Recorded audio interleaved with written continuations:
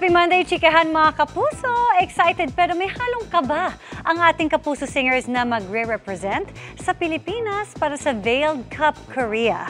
Kamusta kaya ang kanilang paghahanda sa kompetisyon? Makichika kay Athena Imperial.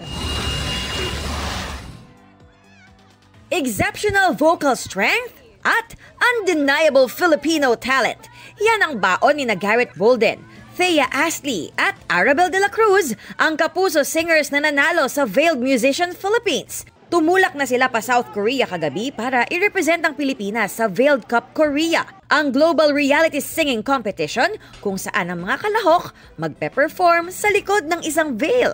Ang scores at evaluation mula sa judges at audience nakabase sa musicality at vocal talent ng contestants. Kabado din talaga, we're not gonna lie, pero we're all just trying to channel that into excitement and drive.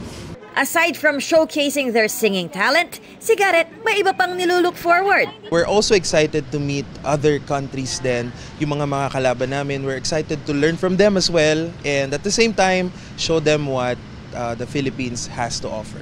Si Arabel na recently ay isa sa runners-up sa 2025 season ng The Clash, overwhelmed sa opportunity.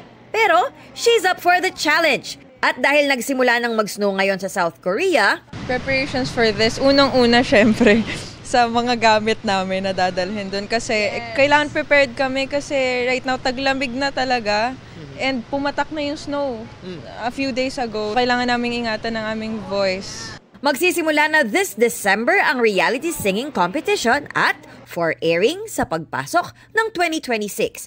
Kwento ng tatlo, hopeful silang magki-Christmas sila together sa South Korea. Hopefully dun kami magki-Christmas because that means na we're doing well in the competition. Yes. Ito rin kasi yung chance namin to bond. Yes. Kasi medyo madami ding days na wala naman masyadong ganap in regards to the competition. So may chance talaga kami to really get to know each other. Athena Imperial updated sa Showbiz Happenings.